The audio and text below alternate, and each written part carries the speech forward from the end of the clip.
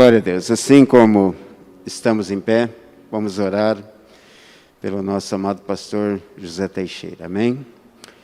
Pai, em nome de Jesus Cristo, aqui está o teu filho, Senhor. Tu conheces, Senhor, meu Deus, a necessidade do teu povo esta noite.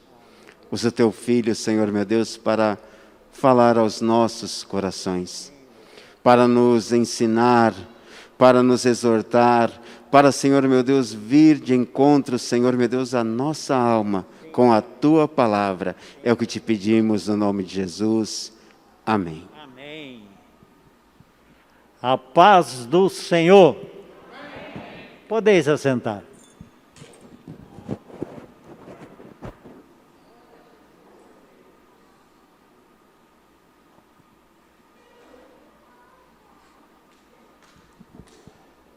Dou graças a Deus por mais este dia que o Senhor nos concede e com esta oportunidade de podermos estar aqui reunidos nesta casa de oração para prestarmos um culto de adoração a Deus e nos alegrarmos sentindo a sua presença, como foi cantado agora há pouco, não é? Que todos nós possamos sentir que Deus, na sua bondade, Ele se faz presente na nossa vida. Eu quero fazer uma leitura aqui na Bíblia, no livro do Gênesis, o capítulo de número 32, o versículo de número 22 a seguir. Está escrito assim, que Jacó passa o val de Jaboque e luta com um anjo.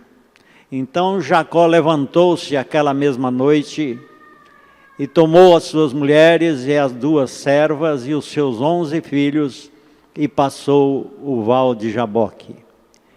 E tomou-os e fê-los passar o ribeiro e fez passar tudo o que tinha. Jacó, porém, ficou só, e lutou com ele um varão até que a alva subia. E vendo que não prevalecia contra ele, tocou a juntura de sua coxa, e se deslocou a juntura da coxa de Jacó, lutando com ele. E disse, deixa-me ir, porque já a alva subiu. Porém ele disse, não te deixarei ir, se me não abençoares. E disse-lhe, qual é o teu nome? E ele disse, Jacó. Então disse, não se chamará mais o teu nome Jacó, mas Israel, pois como príncipe lutaste com Deus e com os homens, e prevaleceste. E Jacó lhe perguntou e disse, dá-me, peço-te, a saber o teu nome. E disse, por que perguntas pelo meu nome? E abençoou-o ali. E Jacó chamou o nome daquele lugar Peniel, porque dizia, tenho visto Deus face a face, e a minha alma foi salva.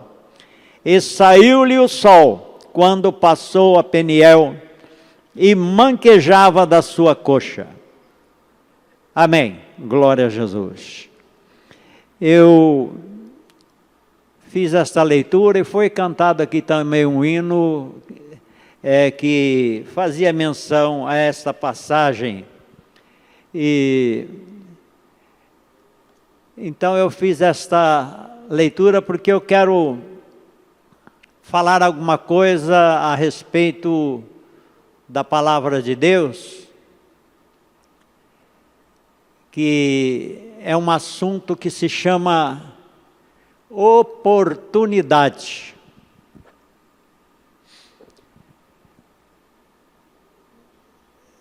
Todos nós, principalmente nós, o povo de Deus, precisamos entender que Deus tem nos dado oportunidades variadas, para um de uma maneira, para outro de outra, mas todos têm a sua oportunidade. Não estou me referindo à oportunidade de vir aqui pregar ou de vir aqui cantar, não.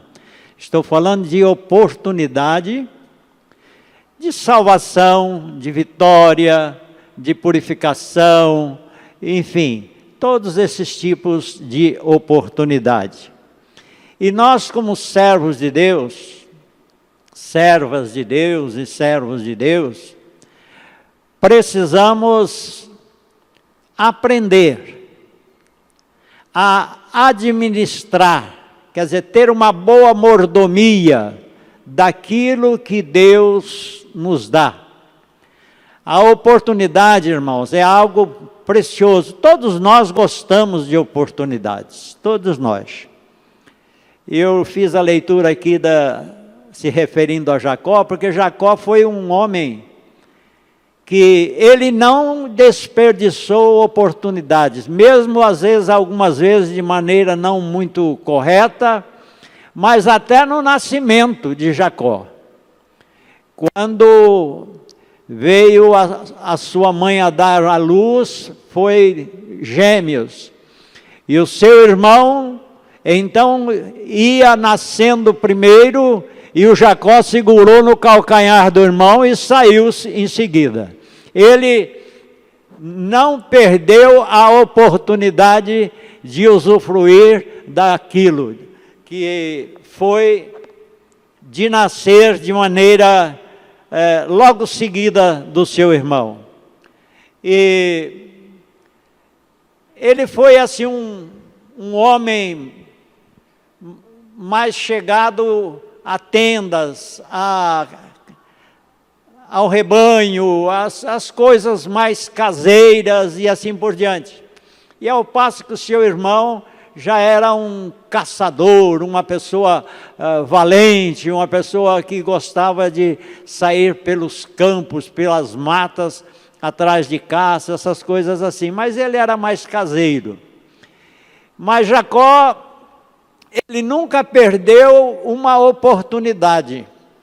Os irmãos conhecem muito bem a passagem bíblica, que um dia seu irmão saiu para fazer as suas caçadas e passou o dia todo sem comer, com certeza, não tinha nada para comer aonde ele foi. E Jacó ficou em casa, e o Jacó preparou ali um guisado, quer dizer, um ensopado, um cozido de lentilhas, como se fossem umas ervilhas, etc. E colocou ali, naquele tempo não tinha extrato de tomate, mas ele colocou alguma coisa vermelha, e ficou aquele cozido vermelho muito bonito, cheiroso e apetitoso. E quando o seu irmão chegou e pediu, dá-me desse negócio aí para mim comer, ele já aproveitou a oportunidade. Ele falou assim, eu te dou, mas assim, eu quero algo em troca, quero fazer um negócio com você. Você me dá a sua progenitura, me vende a tua progenitura, e eu lhe dou esse guisado, te dou aqui este alimento para você, não é? E o irmão dele não soube valorizar aquilo que Deus lhe tinha concedido, que era a primogenitura. A primogenitura dava-lhe o direito de ser o chefe da casa ao faltar o pai. No caso de um reinado, ele seria o rei, e assim por diante. E também na hora de repartir a herança, ele teria a parte dobrada, porque ele era o primogênito. Dividia em três, duas partes era do primogênito e a outra parte era do outro. Então, era um privilégio muito grande ser um primogênito. E Jacó, então, fez isso, e o irmão dele não valorizou e concretizou ali o negócio. Por que Deus aprovou um negócio desse? Às vezes fala assim, mas como é que Deus provou esse negócio? Não foi tanto pela astúcia do Jacó, mas pelo desprezo do Saul, seu irmão, que teve pela primogenitura, não valorizou. E foi assim, e quando foi para ser abençoado no final da vida do Isaac, a mãe dele, Rebeca, lhe ensinou, porque aquela família da Rebeca também era terrível, hein? A Rebeca, o Labão, aquele povo, não era gente de brincadeira, não. Então, eles eram muito malandros, não é? Assim, desonestos, vamos dizer. E a Rebeca, então, ensinou uma maneira de fazer com que Jacó recebesse a bênção do pai no lugar do irmão. E Deus permitiu porque sabia que Saul não valorizava a bênção. Tem muita gente que às vezes reclama de não ser abençoado e o outro ser, por quê? Porque ele não valoriza as bênçãos de Deus, que Deus concedeu para ele. Deus, ele deseja que nós venhamos a dar valor naquilo que ele nos concede.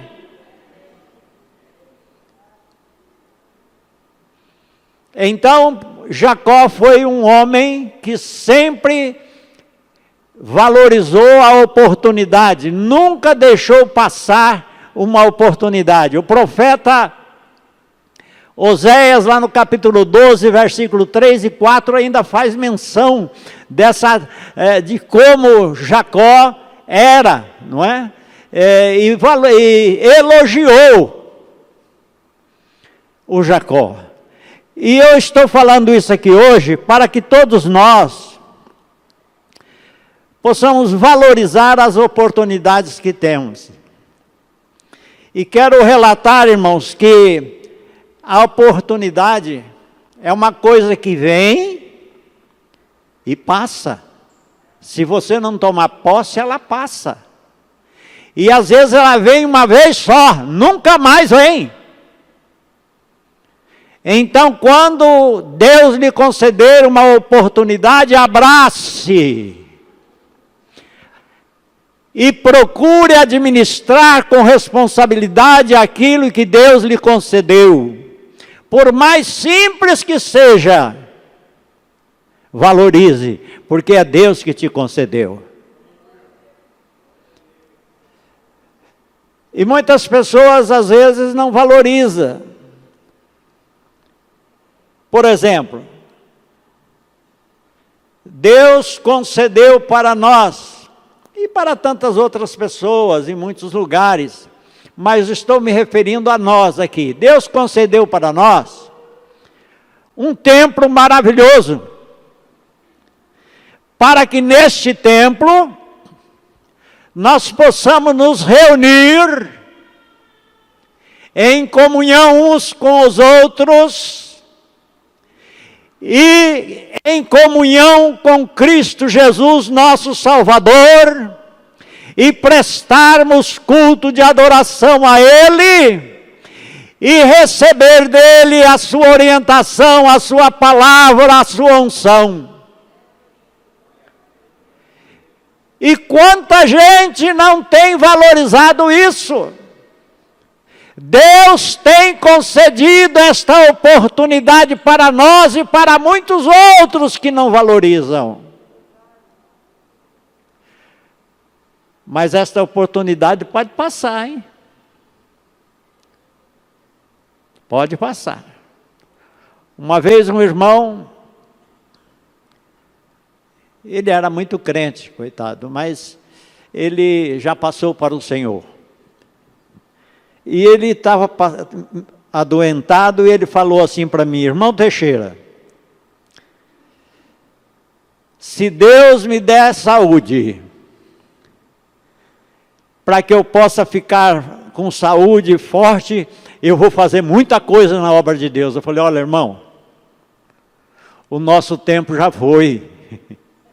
Nós tivemos o nosso tempo para fazer, o irmão não aproveitou o tempo que Deus te deu para você fazer, agora acabou, irmão, é daqui para pior, é que nem igual a mim, a cada dia que passa vai acabando, vai terminando, então aproveite enquanto pode, adore a Deus enquanto pode, Venha cultuar a Deus enquanto você pode, enquanto você tem saúde, enquanto você tem oportunidade, enquanto você pode andar, enquanto você pode se achegar aqui no templo e glorificar a Deus. Quando passar a oportunidade, você vai ver que talvez nunca mais você possa voltar a ter esta oportunidade que Deus nos concede hoje. Então, todas as oportunidades que nós temos, é que nós somos chamados, irmãos, para as boas oportunidades. E a oportunidade mais relevante, mais preciosa que temos, é de pregarmos o Evangelho, de evangelizar, de ganhar almas para o reino de Deus, mesmo sem palavras, com o nosso testemunho, com o nosso bom porte, com o nosso comportamento. E pode deixar que o seu bom comportamento de crente em Cristo Jesus, o Espírito Santo vai falar no coração de alguém para ter o desejo de ser igual a você. E ele vai ficar sabendo que você é assim porque você é crente em Jesus, e ele então vai procurar um meio de ser crente também, procurar uma maneira de se achegar a Deus para ser igual a você. Você ganhou uma alma para Jesus com o seu testemunho, com o seu bom porte, com a sua maneira de ser. Então, nós não podemos perder as oportunidades com as quais nós nos deparamos. E existem alguns fatores que faz com que as pessoas percam a oportunidade. E às vezes esses fatores que faz a pessoa perder a oportunidade, às vezes pode ser por ignorância. Ignorância. Lá no capítulo 19 do Evangelho de São Lucas, o versículo de número 41 e 42, é aquele momento em que Jesus ele ia entrar em Jerusalém, e ele chorou sobre a cidade de Jerusalém. E ele disse, está escrito aí, e quando ia chegando, vendo a cidade, chorou sobre ela, dizendo: ah, se tu conhecesses também, neste teu dia, o que a tua paz pertence, mas agora isto está encoberto aos teus olhos.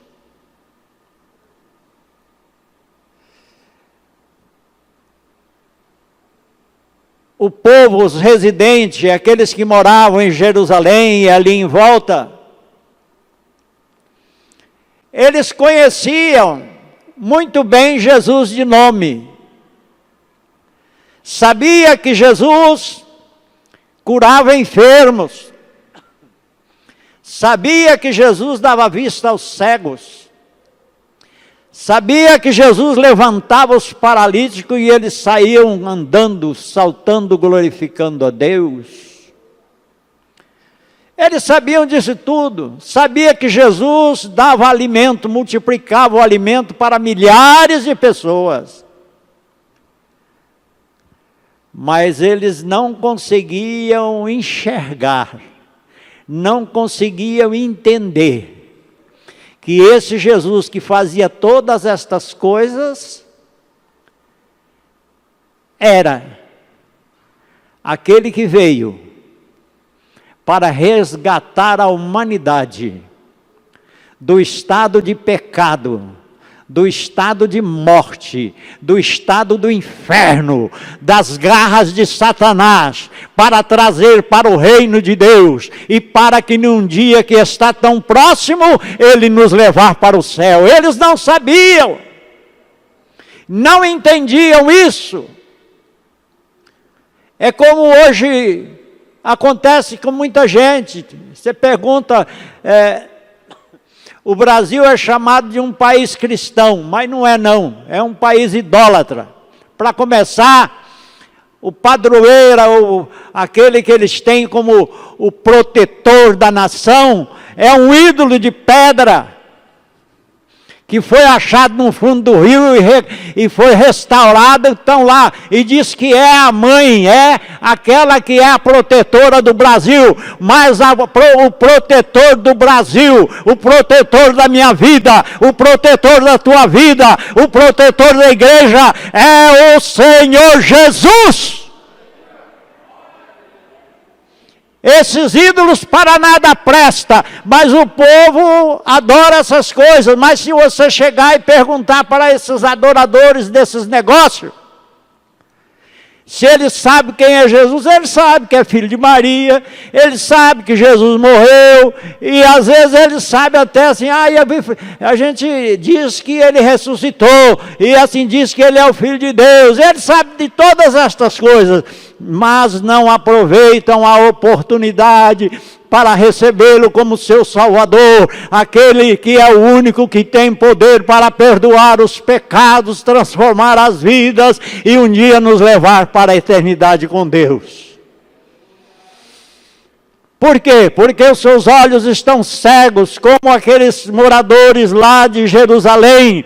Eles sabiam que Jesus era tudo aquilo de bom que fazia, conhecia Jesus como uma ótima pessoa, que fazia muito milagre, etc., mas não tinham visão de Deus para poder compreender que ali estava o Salvador.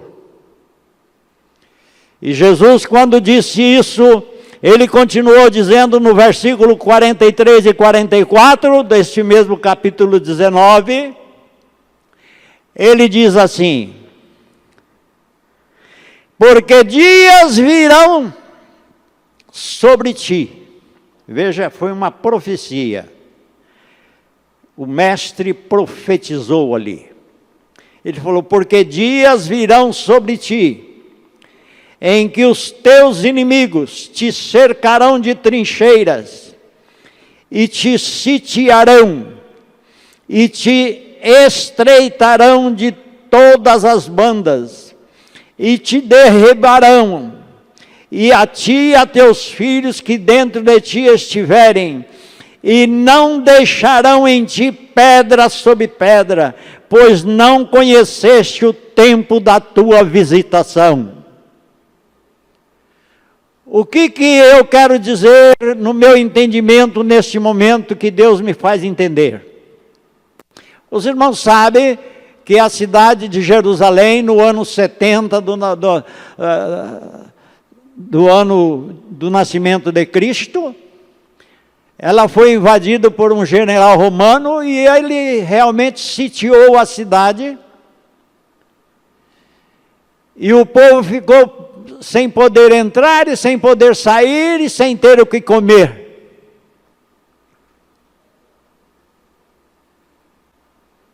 E depois ele invadiu a cidade, destruiu, matou quase todo mundo, derrubou tudo, acabou com quase tudo. Só ficou aquele pedaço de muro que tem lá hoje em Jerusalém. Ele destruiu tudo.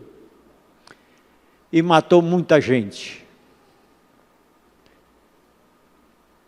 Então, neste tempo, Jesus está, de alguma maneira, através de um e de outro, procurando fazer com que as pessoas entendam que vai chegar um dia que vai haver um julgamento e que todos serão julgados conforme aquilo que creram, conforme aquilo que fizeram. E aqui, por exemplo, vou dar o exemplo da nossa igreja. Ao redor da nossa igreja existe muita gente. Eles têm a oportunidade de poder vir aqui e ouvir a palavra de Deus e se converter dos seus pecados e ter o nome escrito no livro da vida. Mas estão perdendo a oportunidade. E às vezes se sentem até importunados por algum barulho que a igreja porventura possa fazer. Estão perdendo a oportunidade, mas tenha certeza de uma coisa, que um dia vai chegar a hora em que esta oportunidade vai acabar. O tempo da igreja aqui na face da terra está para terminar. A dispensação dos gentios. Aqui no início do culto foi lido a palavra a respeito dos gentios e dos judeus, que os dois se tornaram um só corpo em Cristo Jesus, que é a igreja. E essa igreja composta de gentios e de judeus, salvos em Cristo Jesus, muito em breve será levada.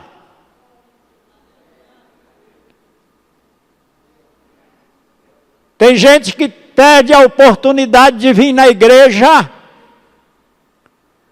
não vem para cultuar a Deus, e vai chegar o dia para algumas pessoas em que ele vai sentir a falta de muita gente crente, e eles vão vir aqui na igreja, mas só que não vai haver mais oportunidade para eles aceitarem Jesus como Salvador. Estarão então definitivamente condenados, porque rejeitaram o dia da oportunidade de poderem ser salvos. E o dia da oportunidade é hoje.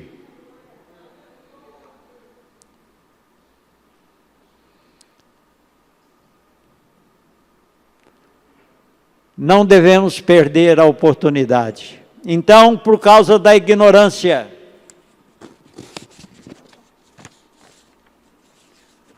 as pessoas estão perdendo a oportunidade de ser salvas. E muitos perdem também a oportunidade por indiferença, por incredulidade. Nós temos grandes exemplos na Bíblia, que eu não vou poder falar deles todos, mas, por exemplo, alguns que são mais conhecidos. Um exemplo no sentido coletivo, por exemplo, foi os antediluvianos, antes do dilúvio. Se você ler lá o capítulo 6 do livro do Gênesis, Deus havia resolvido, por causa da brutalidade, por causa do pecado, por causa do comportamento desumano dos homens, Deus resolveu destruir tudo. Mas Deus é justo juiz. Deus ia destruir tudo, mas Ele olhou, veja só essa imensidão. E Deus olhou e viu lá uma família com 8 pessoas. Um casal, 3 filhos e 3 noras. E Deus olhando para aquele homem que todos vocês conhecem aí por nome, chamado Noé. Deus olhou, diz a Bíblia que Deus achou graça nele. Não é que ele era engraçado, não. É que Deus achou em Noé coisas que era de Deus. Noé tinha Deus na vida. Noé tinha temor de Deus na vida. E Deus olhou para Noé e viu que ele estava na vida de Noé. Quando Deus olha para mim e para você, será que Ele vê algo dele em nós? Aqui foi cantado um hino que fala que a gente esconde o rosto para que Cristo brilhe na gente, mas será que isso é verdade? Deus olhando para mim e para você, Ele está vendo alguma coisa dele em nós? Será que realmente resplandece no nosso rosto, na nossa alma, no nosso espírito, algo de Deus na nossa vida, para que Ele possa olhar para mim, para você e achar graça em nós? Pois bem, Deus viu, achou graça em Noé e resolveu então destruir tudo, mas preservar o Noé com a sua família.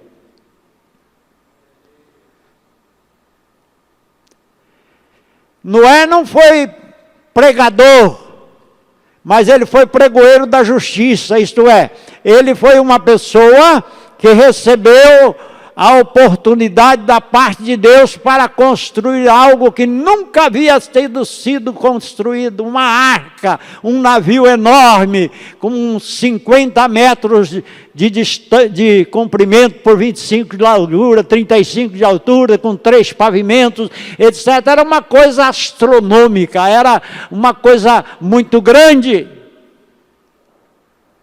E para que aquilo? Então aquilo trouxe uma curiosidade do povo. E com certeza, a Bíblia não relata isso, mas alguém talvez perguntou o que ele estava fazendo, e ele disse, eu estou fazendo aqui um navio, uma arca. Mas para quê? É porque vai cair chuva, vai brotar água debaixo da terra. E vai inundar tudo, até as mais altas montanhas. E a Bíblia diz que ficou 15 côvados acima dos montes mais altos, quando veio o dilúvio. Quer dizer, uma média de 7 metros para cima dos altos montes, cheio de água, pereceu tudo. Então, quando ele falava isso, talvez as pessoas achasse engraçado.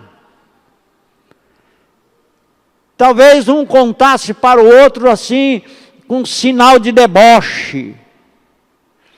Mas isso não veio trazer desânimo a Noé. Ele continuou fazendo aquilo que Deus tinha mandado fazer e do jeitinho que Deus mandou fazer. Tem muita gente que quer fazer as coisas para Deus, mas do jeito dele, não tem que ser do jeito de Deus.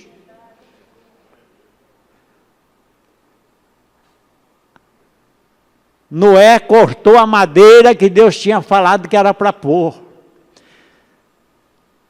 Noé fez da medida correta, ele não diminuiu e nem aumentou a medida que Deus deu. Ele fez tudo certinho, porque se ele tivesse mudado alguma coisa, ele teria afundado também no dilúvio e teria perecido. Então nós, irmãos, precisamos servir a Deus, caminhar com Deus, do jeito que a Bíblia ensina. Nós temos aqui os evangelhos, as cartas apostolares, temos aqui o ensinamento para que cada um de nós possamos andar retamente diante de Deus, livre dos erros, livre dos vícios, livre da miséria, livre de tanta coisa deste mundo, do mundanismo, do sensualismo e tantas coisas que assolam a vida das pessoas nos dias de hoje. E aquele povo antediluviano pereceu todos, porque perdeu a oportunidade de reconhecer que há um Deus no céu. Os habitantes daquelas 4 cidades, Sodoma e Gomorra, Adimá e Zebuim, que eram cidades circunvizinhas, pereceram por causa do pecado, por causa, vamos dizer assim, da promiscuidade daquele povo.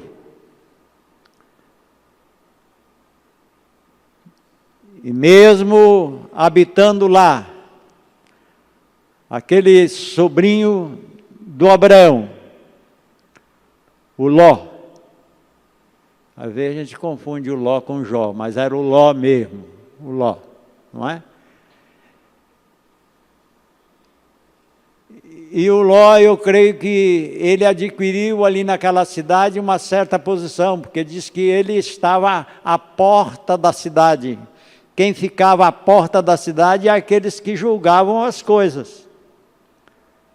Mas nem ali com o testemunho de Ló, que eu acho que era um pouco fraco, mas ele é tido, está na galeria dos heróis da fé. Então, irmãos,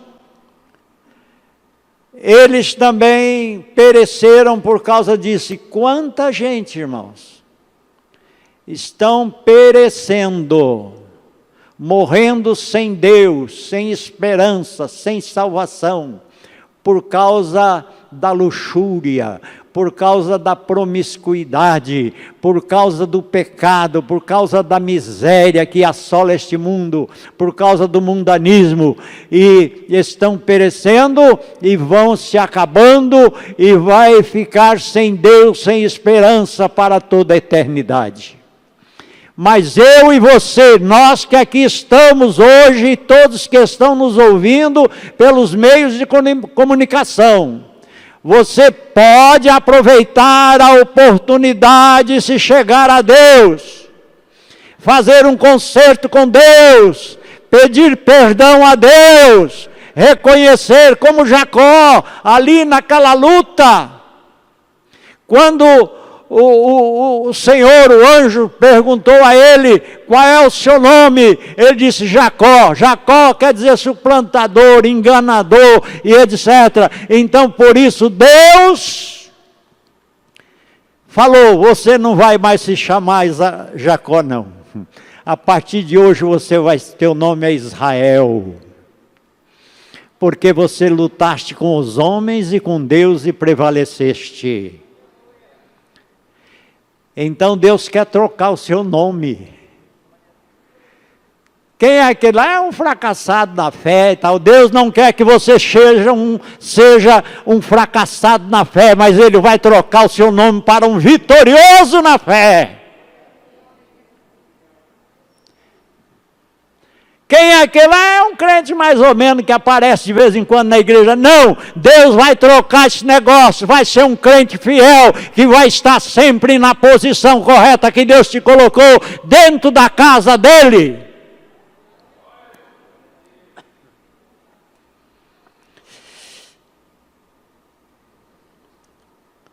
E muitos outros que, por uma certa indiferença e por incredulidade, no Novo Testamento nós temos, por exemplo, o Judas Iscariote, que andou praticamente 3 anos com Jesus. Judas teve a oportunidade de orar pelas pessoas e curar as pessoas. Quando Jesus enviou os 12 discípulos e mandou que eles fossem e pregassem, e curassem os enfermos, e ungissem eles com azeite, Judas estava no meio. Judas era um dos 12. Ele foi e realizou, com certeza. Mas não valorizou a oportunidade de estar ao lado do Senhor. Pelo contrário, ele foi um falso, uma pessoa tão cara de pau, e ele era tão enganador, que nem os discípulos conseguiam ver quem ele era.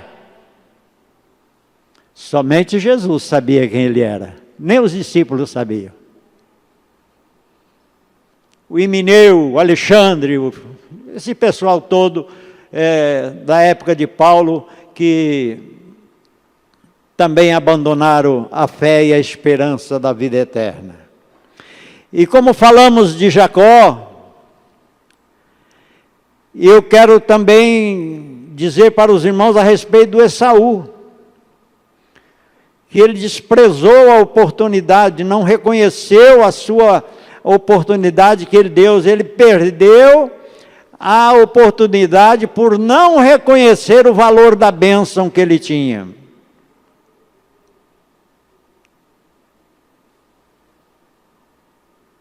E é muito bom que eu e você possamos aprender.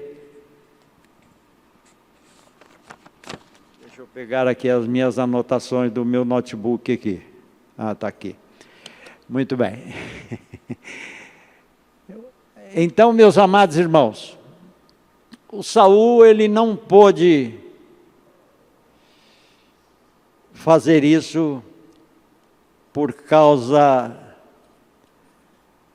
da não valorizar aquilo que Deus deu.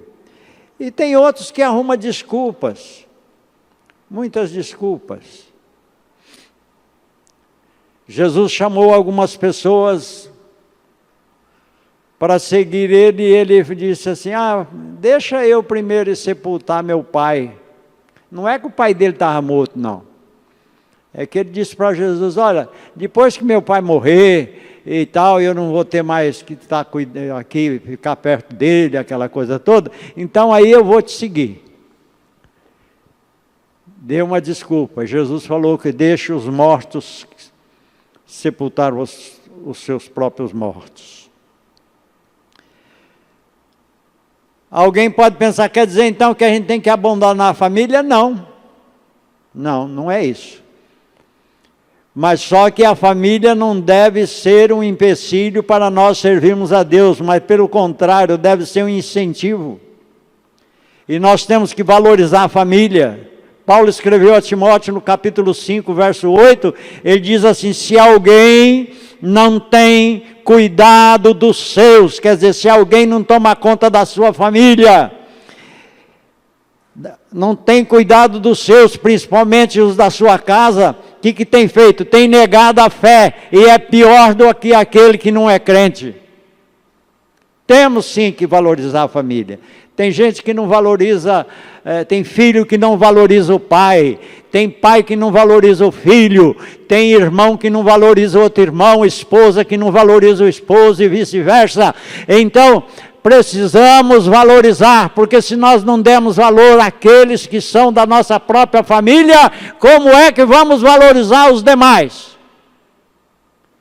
Então, não podemos dar desculpa. E outros irmãos, perde a oportunidade por negligência.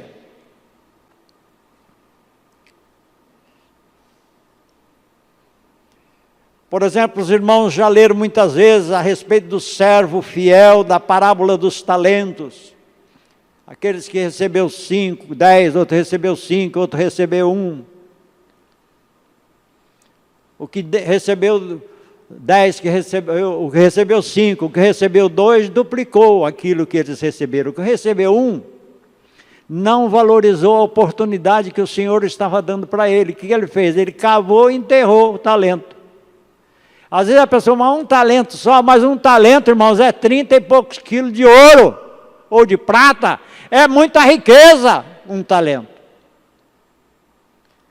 E às vezes a pessoa não valoriza alguma coisinha que ele acha que é uma coisinha que ele tem que fazer na igreja, por achar insignificante, é coisa muito grande. Só de você estar dentro da casa de Deus já é uma coisa muito gloriosa. Ainda mais com a incumbência de varrer a igreja, oh, coisa gloriosa!